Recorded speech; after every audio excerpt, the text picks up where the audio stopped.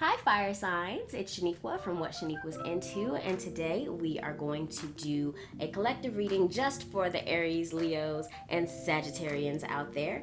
The spread that we are using this week is Seek, Avoid, Ally, and Learn, plus a couple of oracle cards. So the the tarot deck that we are using is the Modern Witch Tarot by Lisa Sturl.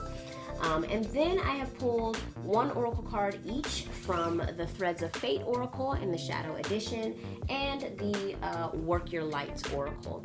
So let's go ahead and flip the cards. I've already shuffled and cut and pulled them, but I haven't flipped them. So let's see what you guys got together.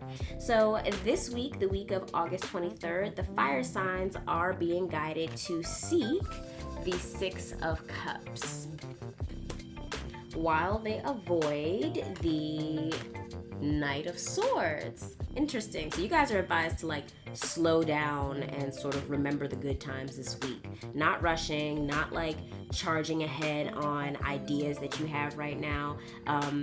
You guys are really asked to seek something that makes you happy and can help you either receive or embody kindness for someone. That's cool. And then your ally in seeking the Six of Cups is, okay, you got two sixes, the Six of Wands. Very interesting. And the overall lesson that the fire signs are learning this week is the Two of Swords. So yeah, you guys really are being asked to pause, to slow down. I feel like this is similar to the message that you got last week, but let's go through card by card. The Six of Cups is often called the card of nostalgia. It represents memories from childhood.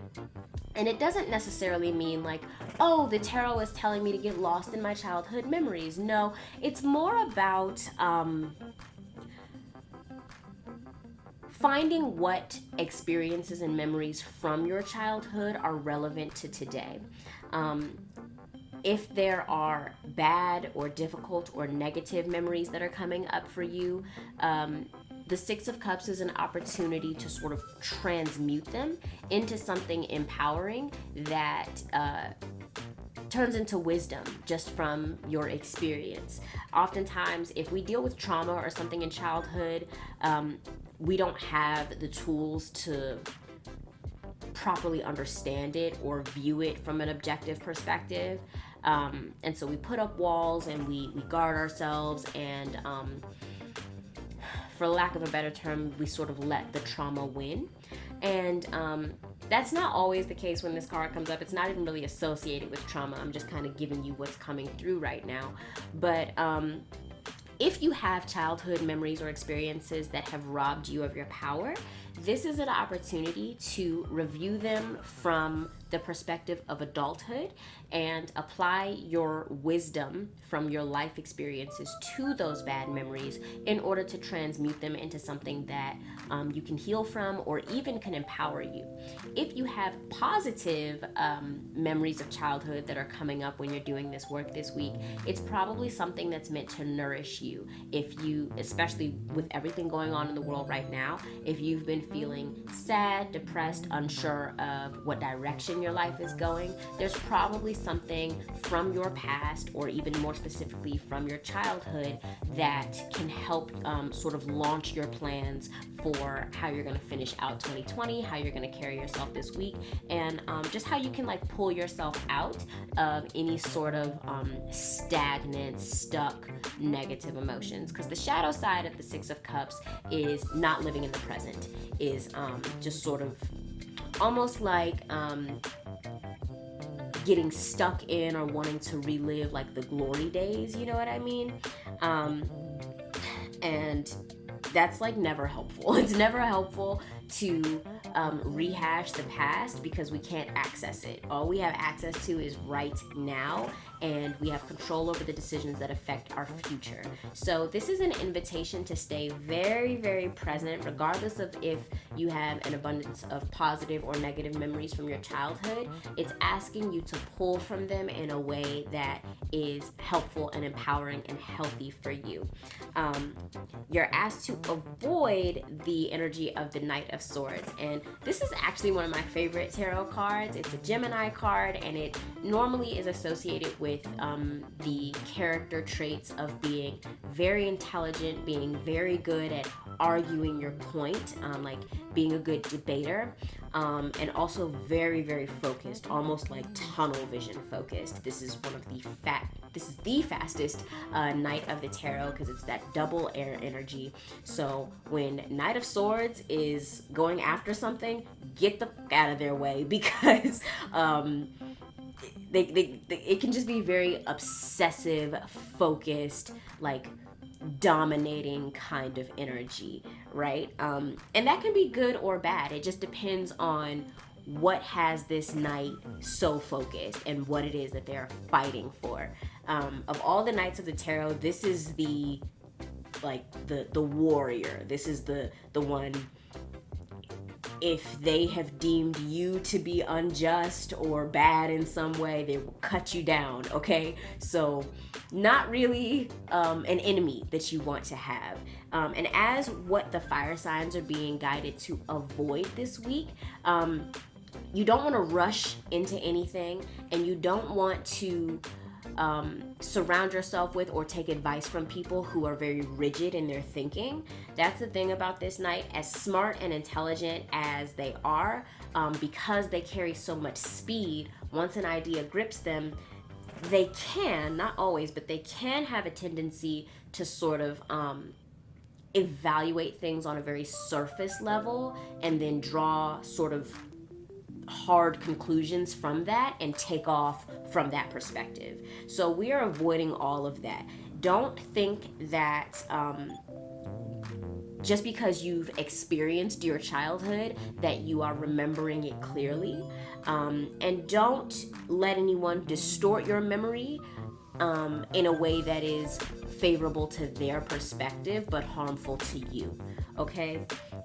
We really want to avoid speed and rigidity for the fire signs this week. Try and be flexible, be a little bit more fluid. I mean, your advice card is from the water suit, so you want to kind of let that nostalgic remembering energy kind of flow through you without controlling what you take away from it, and definitely avoiding any people that sort of tell you what to think. You guys know the type of people I'm talking about. Like, you can sort of give them your opinion on something, and before you've really said 2 or 3 full sentences, they think they know what you're gonna say, and then they immediately start telling you either why you're wrong or what a better perspective would be. That's sort of the shadow side of Knight of Swords, and we don't want any of that in the fire signs experience this week, because you guys are already being guided to kind of take your minds back to previous experiences or even your actual childhood in order to bring a lesson from them into the present. So we don't want any of that energy around. Your ally in seeking some wisdom from your past is found in the 6 of Wands. And this is a card of accomplishment being recognized and celebrated. And so I feel like for a lot of you, there may be some activity or hobby that you did as a child that you've since given up, but that either spirit wants you to take up again, or to take some sort of lesson from that you've since forgotten, since, you know, we've grown up now, basically. Yeah, I just feel like for a lot of you, there was some like award maybe you got, or some activity that you were a part of that you were really, really good at that you haven't brought into the present. And so I just feel like your ally is like celebration and recognition. So either if that correlates to something that you've experienced in your past that you can bring into the present, or to people and situations that you can put yourself around and in to play to your strengths, to really shine, to sort of rise above the fray. Because often the accomplishment that the Six of Wands represents comes after a sort of difficult time in which you were really challenged and had to like prove yourself. So if something like that is coming up for you that you're thinking about, that's really what I want you to draw from, what Spirit is asking you to draw from as you do your sort of internal reflection and review of your experiences. Because what you're learning overall is how to pause, how to decide not to decide, which is sort of the antithesis of our collective energy over this week, because in the collective reading, which if you missed it, I will post it up here in the cards, but the collective reading, the theme and controlling energy of the week was the Two of Wands, which is about sort of leaving your comfort zone and making empowered decisions to start long-term things. But in the Two of Swords, she's kind of got that like don't fuck with me kind of body language. Like she's on a cement block which doesn't even look comfortable, and then she's got her eyes blindfolded and she's holding two swords and she's got them crossed over her. So when I think eyes closed or blindfolded, I think meditation, I think going within, I think blocking the external so that you can more clearly see and hear the internal. But swords are weapons, right? They can be defensive or offensive, but they're sharp ass things that can hurt people, and they represent the mind and words and the systems that we use to see our world with. And she's got her thoughts and her systems crossed up in front of her while she's focused internal, so that should someone come up and try and disturb her peace, she's already in a position to back them the fuck up. I'm sorry, but like that's just what it feels like. And so as what we're learning in the Two of Swords, it's really saying for the fire signs, what I'm getting for you guys is don't let anyone take your peace. Do you hear me? Don't let anyone take your peace, whether it is from a memory from your childhood or it is from someone trying to stop you from doing the deep reflection that you need in order to heal and be empowered from some childhood or past experience, okay? Do not let anyone disturb your peace while you are reflecting and getting information to make a decision for yourself, okay? So it even though it can be a sign of indecision, it's really just about like taking the time, space, quiet, and solitude needed in order to get your mind right. Okay? So let's see what oracle card you guys got from the Threads of Fate. You all have love. How wonderful is that? And I love the art of these cards. They're just, oh, can you see that? They are just so gorgeous. So let's open up the guidebook for the Threads of Fate Oracle and see what the entry is for the love card. And love is on page 97. It's an ether card, which correlates to the major arcana from this deck. So let's see. Love. Love, love, love. This card is an invitation to examine love in all facets of your life. This is love of self, love of others, your healthy or not so healthy boundaries, your presence with others, your relationship with intimacy, if you feel seen and heard, passion, joy, and total responsibility.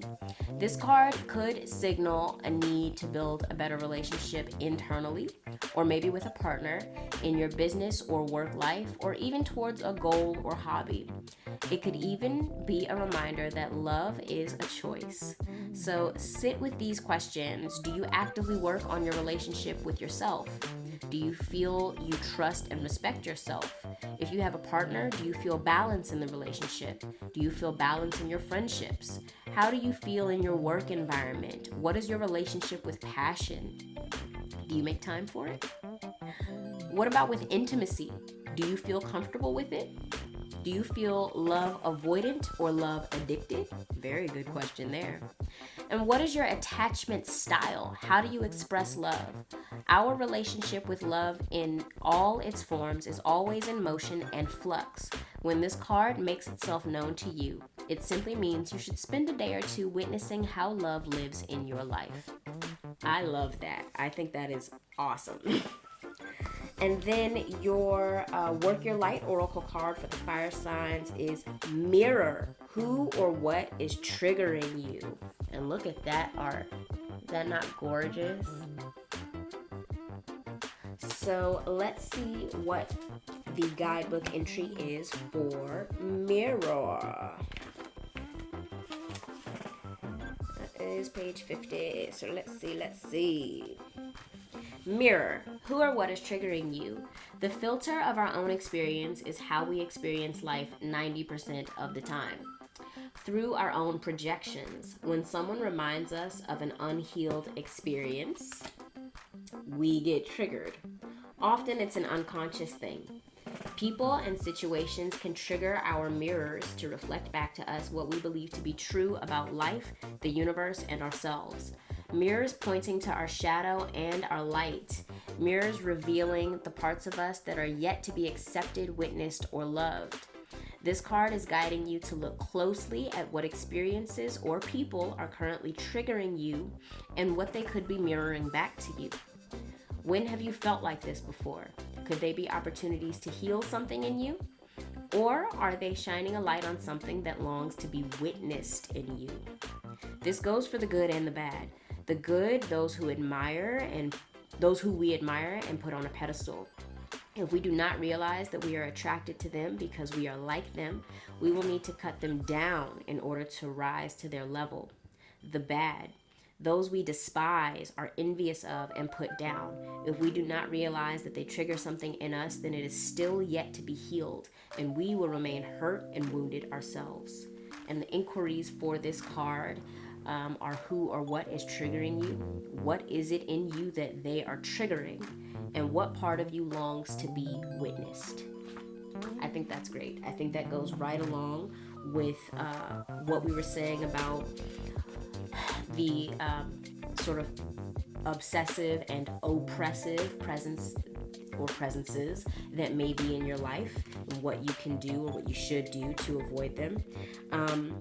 Being recognized and valued and celebrated for what you bring to the table and your personal accomplishments and victories, and understanding your boundaries and the peace and space and time that you need to reflect on your previous experiences and let that water energy and love and kindness flow through you in order to heal you. Okay? So I feel like this was a really empowering and sort of enlightening message for for the fire signs, for my Aries, Leos, and Sagittarians out there. If this message resonated and you feel like it was helpful, I would love it if you would leave me a comment. If you're watching this on YouTube, I would love it if you would subscribe to my channel. And if you're looking to get a personal reading from me, you can go to my website, writingwithtarot.com, and you can purchase a spread, or you can contact me through the contact me form on my website if anything is confusing and you want it clarified, or you can shoot me a DM on Instagram. My Instagram name will be in the description box below this video. And again, I just really hope that this message was helpful. I hope you all have a lovely week, and I will see you in the next video. Bye.